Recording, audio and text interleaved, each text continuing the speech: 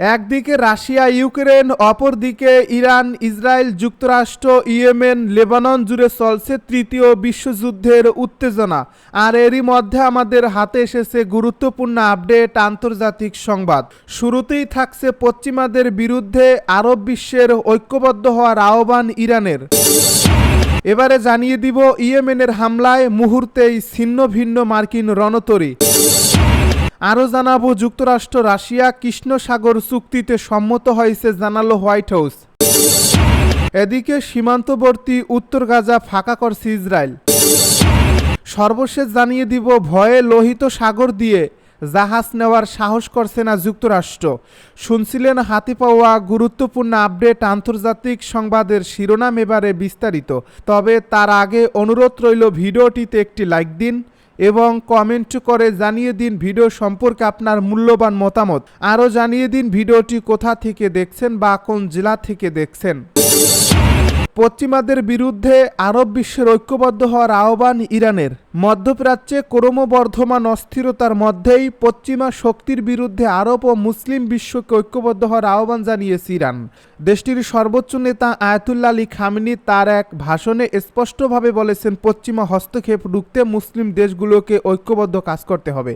Tehran বলছে, মার্কিন যুক্তরাষ্ট্র ও ইউরোপীয় শক্তিগুলো দীর্ঘদিন ধরে মধ্যপ্রাচ্যে অস্থিতিশীলতা সৃষ্টি করছে। তারা ইসরায়েলকে নিরবচ্ছিন্ন সামরিক সহায়তা দিচ্ছে, ফিলিস্তিনি ভূখণ্ডে দখলদারিত্বকে মদত দিচ্ছে এবং বিভিন্ন আরব দেশের অভ্যন্তরীণ রাজনীতিতে প্রভাব বিস্তার করছে। ইরান মনে করে এসবের মোকাবিলায় মুসলিম বিশ্বের মধ্যে ঐক্য গড়ে তোলা এখন সময়ের দাবি। ইরানের পররাষ্ট্র মন্ত্রণালয়ের মুখপাত্র বলছেন, আমরা চাই মুসলিম রাষ্ট্রগুলো নিজেদের স্বার্থে কাজ করুক, পশ্চিমাদের এজেন্ডা বাস্তবায়নের জন্য নয়। তারা আমাদের মধ্যে বিভক্তি সৃষ্টি করতে চায়, কিন্তু আমরা যদি ঐক্যবদ্ধ হই তাহলে তাদের ষড়যন্ত্র ব্যর্থ হবে। বিশেষজ্ঞদের মতে ইরানের এই আহ্বান মূলত যুক্তরাষ্ট্রের মধ্যপ্রাচ্য নীতির বিরুদ্ধে তাদের কৌশলগত অবস্থানকে আরও জোরদার করার একটি অংশ। সম্প্রতি হুতি বিদ্রোহীদের বিরুদ্ধে মার্কিন যুক্তরাষ্ট্র ও যুক্তরাজ্যের হামলার পর থেকে তেহরান এ অঞ্চলে তার প্রভাব বাড়ানোর চেষ্টা করছে। ইরানের এই আহ্বানের প্রতি ইতিবাচক সাড়া দিয়েছে কয়েকটি দেশ। লেবাননের হিজবুল্লাহ, ইয়েমেনের হুতি বিদ্রোহী গোষ্ঠী এবং ফিলিস্তিনের হামাস সংগঠন প্রকাশ্যে ইরানের অবস্থানকে সমর্থন জানিয়েছে। অন্যদিকে সৌদি আরব ও সংযুক্ত আরব আমিরাতের মতো দেশগুলো ইরানের সঙ্গে সম্পর্ক উন্নয়নের পথে হাঁটলেও তারা এখনও পুরোপুরি এ ধরনের কোনো অবস্থান গ্রহণ করেনি। বিশ্লেষকরা বলছেন, যদি মুসলিম দেশগুলোর মধ্যে সত্যিকার অর্থে ঐক্যবদ্ধ উদ্যোগ গড়ে ওঠে তাহলে মধ্যপ্রাচ্যে পশ্চিমা শক্তির আধিপত্য চ্যালেঞ্জের মুখে পড়তে পারে। তবে বাস্তবতা হলো, এই অঞ্চলে বিভিন্ন দেশের স্বার্থ জড়িত থাকায় এমন ঐক্য গড়ে তোলা সহজ হবে না। তবুও ইরানের এই আহ্বানে মধ্যপ্রাচ্যের ভূ রাজনৈতিক সমীকরণে নতুন মাত্রা যোগ করতে পারে। ইয়েমেনের হামলায় মুহূর্তেই ছিন্ন ভিন্ন মার্কিন রণতরী। মধ্যপ্রাচ্যে উত্তেজনা চরমে। ইয়েমেনের হুতি বিদ্রোহীদের এক তীব্র ক্ষেপণাস্ত্র ও ড্রোন হামলায় ধ্বংসস্তূপে পরিণত হলো মার্কিন রণতরী। সাম্প্রতিক এই ঘটনায় বিশ্ব রাজনীতিতে নতুন করে আলোচনার ঝড় উঠছে। হুতি বাহিনীর সামরিক শাখা জানিয়েছে, তাদের অত্যাধুনিক ক্ষেপণাস্ত্র ও ড্রোন ব্যবহার করে এই হামলা চালানো হয়। মার্কিন যুদ্ধজাহাজটি মধ্যপ্রাচ্যের জলসীমায় টহল দিচ্ছিল, ঠিক তখনই ব্যাপক বিস্ফোরণের শিকার হয় এটি। প্রত্যক্ষদর্শীদের মতে মুহূর্তের মধ্যে বিশাল আগুনের গোলা সৃষ্টি হয় আর জাহাজটির বড় একটি অংশ ছিন্ন ভিন্ন হয়ে পড়ে। মার্কিন প্রতিরক্ষা দপ্তর পেন্টাগন ঘটনার সত্যতা নিশ্চিত করেছে, তবে ক্ষয়ক্ষতির ব্যাপারে বিস্তারিত কিছু জানানো হয়নি। বিশেষজ্ঞদের মতে এই হামলা যুক্তরাষ্ট্রের জন্য একটি বড় ধাক্কা, কারণ হুতিরা যে এতটা আধুনিক সামরিক সক্ষমতা অর্জন করছে তা অনেকের ধারণারই বাইরে।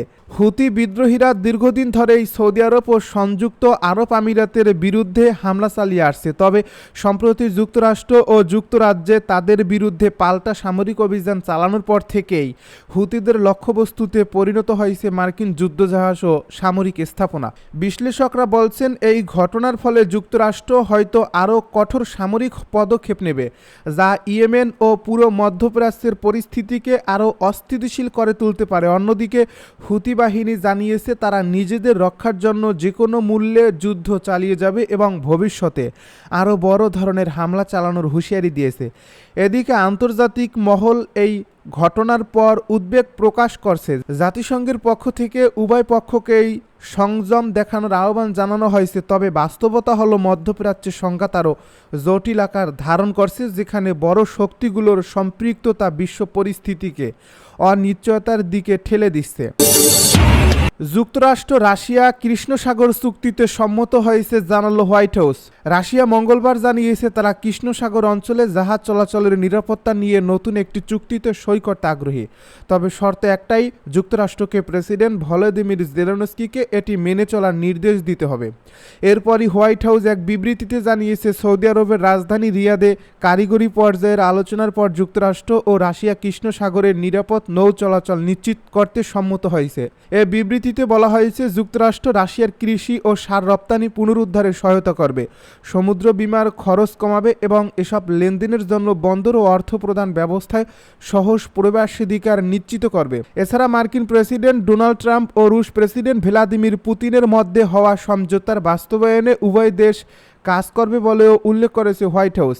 এই সমঝোতা অনুযায়ী রাশিয়া ও ইউক্রেনের জ্বালানি স্থাপনাগুলোর উপর হামলা নিষিদ্ধ করা হবে।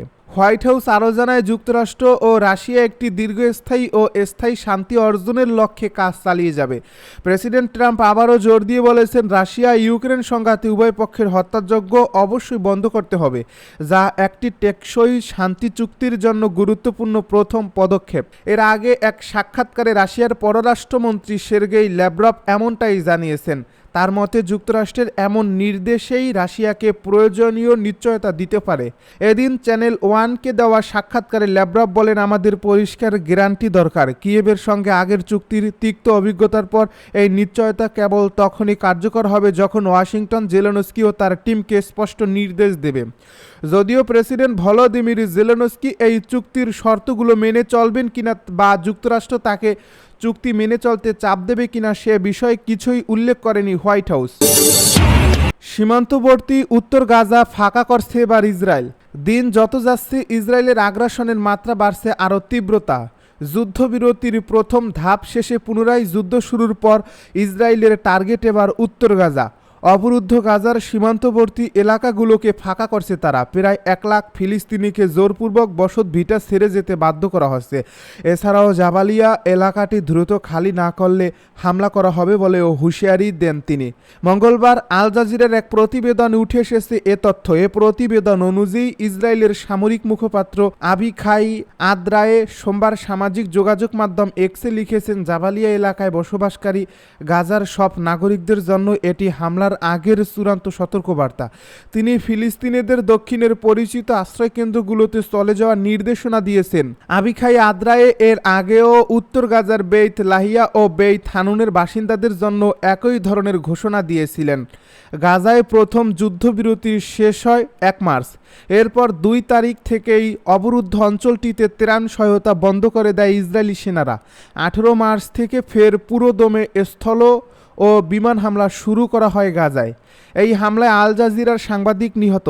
ফিলিস্তিনিদের গাজা উপত্যকায় পৃথক ইসরায়েলি হামলায় 2 জন গণমাধ্যম কর্মী নিহত হয়েছে। তাদের মধ্যে একজন আল জাজিরার সাংবাদিক, তার নাম হোসাম সাবাত, বয়স 23 বছর। তিনি আল জাজিরা মুবাশশিরে কর্মরত ছিলেন। সোমবার উত্তর অঞ্চলে ইসরায়েলি হামলায় নিহত হন তিনি। প্রত্যক্ষদর্শীরা আল জাজিরাকে জানান 208 জন সংবাদকর্মী ইসরায়েলি হামলায় এ পর্যন্ত নিহত হয়েছে।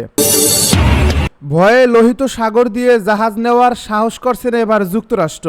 ইয়েমেনিদের ভয়ে লোহিত সাগর দিয়ে জাহাজ নেওয়ার সাহস করছে না যুক্তরাষ্ট্র। বিষয়টি স্বীকার করেছেন মার্কিন জাতীয় নিরাপত্তা উপদেষ্টা মাইক ওয়াল্টার্স। তিনি বলেন, ইয়েমেনি সশস্ত্র বাহিনীর হামলার ফলে মার্কিন জাহাজগুলো ব্যয়বহুল পথ দিয়ে যেতে বাধ্য হচ্ছে। এই খবর জানিয়েছে দ্য জাপান টাইমস। ফিলিস্তিনের অসহায় জনগণের উপর অব্যাহত হামলার প্রতিক্রিয়ায় ইয়েমেনিরা যুক্তরাষ্ট্র ও ইসরায়েলি জাহাজ লক্ষ্য করে হামলা চালাচ্ছে।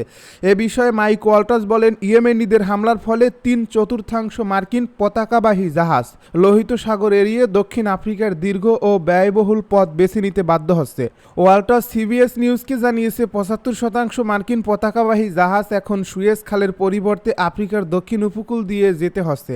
তিনি আরও জানিয়েছেন, তাদের একটি ডেস্ট্রয়ার যখন শেষবার ইয়েমেনের কাছের প্রণালী দিয়ে গিয়েছিল তখন এটি 23 বার আক্রমণের শিকার হয়েছে। মঙ্গলবার ইয়েমেনি সশস্ত্র বাহিনীর মুখপাত্র মুখপাত্র ব্রিগেডিয়ার জেনারেল ইয়াহিয়া সারি জানিয়েছেন, ইয়েমেনি সশস্ত্র বাহিনী 2টি জুলফিকার টাইপ ব্যালিস্টিক ক্ষেপণাস্ত্র এবং 2টি ফিলিস্তিন হাইপারসনিক ক্ষেপণাস্ত্র দিয়ে তেল আবিবের বেন গুরিয়ন বিমানবন্দরে হামলা চালিয়েছে। আরেকটি অভিযানে ইয়েমেনি নৌ ক্ষেপণাস্ত্র ইউনিট এবং ড্রোন ইউনিট, মার্কিন বিমানবাহী রণতরী হ্যারি ট্রুম্যান এবং এর সাথে থাকা আরও কয়েকটি জাহাজে ক্রুজ ক্ষেপণাস্ত্র ও ড্রোন হামলা চালানো হয়েছে। তিনি আরও বলেন, এই অভিযানের মাধ্যমে ইয়েমেনে মার্কিন বিমান হামলার একটি পরিকল্পনা ব্যাহত হয়েছে। 2023 সালের শেষে গাজায় ইসরায়েলের যুদ্ধ শুরুর পর থেকে ফিলিস্তিনিদের প্রতি সংহতি প্রকাশ করে হুতিরা এ পর্যন্ত জাহাজ চলাচলের রুটে 100টিরও বেশি হামলা চালিয়েছে। তাদের দাবি, গাজায় ইসরায়েলি দখলদারিত্ব ও নিপীড়নের বিরুদ্ধে এই সামরিক তৎপরতা জোরদার করা হবে। ইসরায়েলি কর্তৃপক্ষ এখন পর্যন্ত হুতিদের এই হামলার দাবি সম্পর্কে কোনো মন্তব্য করেনি, তবে গত কয়েক মাসে লোহিত সাগর ও এর আশপাশের অঞ্চলে হুতি হামলার ঘটনা বেড়ে যাওয়ায় আন্তর্জাতিক বাণিজ্য পথে উত্তেজনা তৈরি হয়েছে। মার্কিন নৌবাহিনী পূর্ববর্তী কয়েকটি হামলা প্রতিহত করার কথা স্বীকার করলেও এবারের ঘটনা নিয়ে বিস্তারিত প্রকাশ করেনি।